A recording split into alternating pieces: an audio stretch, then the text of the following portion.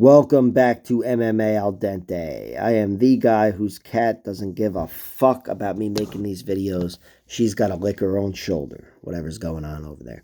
Anyway, I'm here to talk about Derek Brunson versus Dricus du Plessis. Dricus du Plessis is South African. I don't know why I have to bring that up. Derek Brunson is American. Derek Brunson is 23-8. He's got 8 losses, 6 via TKO. That's the primary story with Derek Brunson. If he loses, you expect it to be by TKO. Or KO. He's only lost to really good fighters, though. Really, really, really good fighters. Yoel Romero, Jacare twice, Robert Whittaker, Israel Adesanya, and Jared Cannonier in his last one. All champions and contenders and just overall monsters. Those are the guys that have finished him. And his 2 decision losses are one early on to Kendall Grove by a tight decision, and then to Anderson Silva by really tight decision. Dricus du Plessis, he's got a record of 18-2. He's got some solid wins, but not nearly the resume that Derek Brunson has, which is why he's got not nearly the amount of losses. But he's a very versatile fighter, Dricus du Plessis, and physically, he's a fucking monster, this guy. You know, he's a big beast, and he's going to be a tough guy for Brunson to wrangle.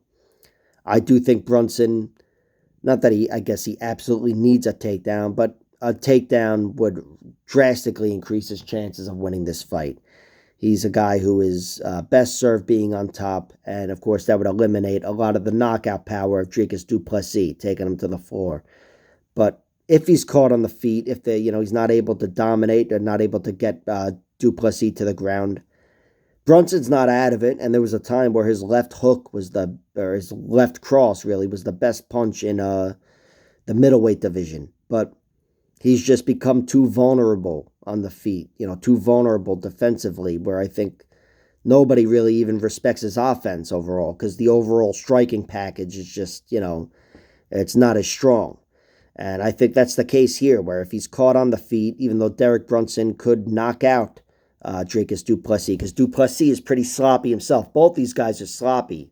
If you watch highlights of them or whatever, somebody should make highlights of them running around, but they charge and run. They look a little sloppy on their feet. Derek Brunson, I'll never forget him charging after Robert Whittaker. He looked like he was on ice skates, and that's when he was winning. He thought he was chasing a finish, and then Whittaker just kicked him in the head. But this fight still, I favor Dricus du Plessis. Dricus du Plessis, he's much younger. What is he? He's 29 years old. He's 10 years younger.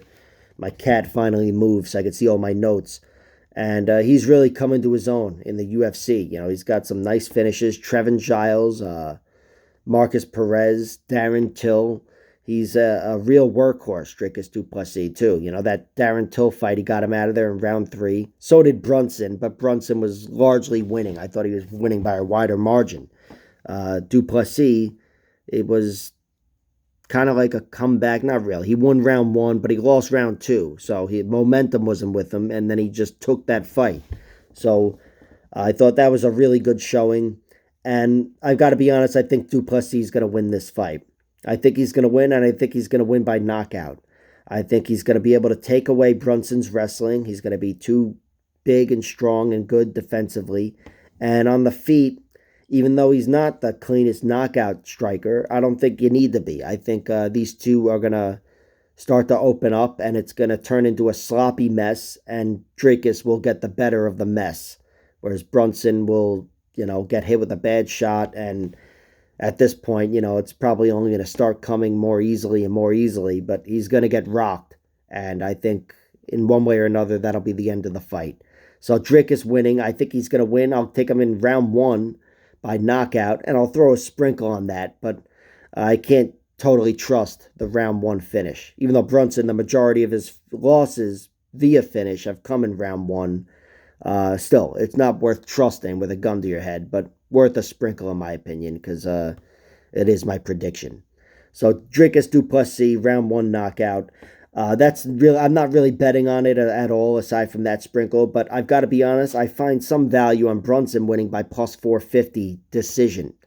I think if Derek Brunson is able to win the wrestling battle, then You know, this still will probably be a close fight, but I do think it'll be the difference maker, and Brunson walks away with the decision. So it's possible, but the pick is Dricus. I'm going Dricus. I think he finds Derek Brunson's chin and gets him out of there. Like, share, subscribe, all that horse shit. Check out my other videos.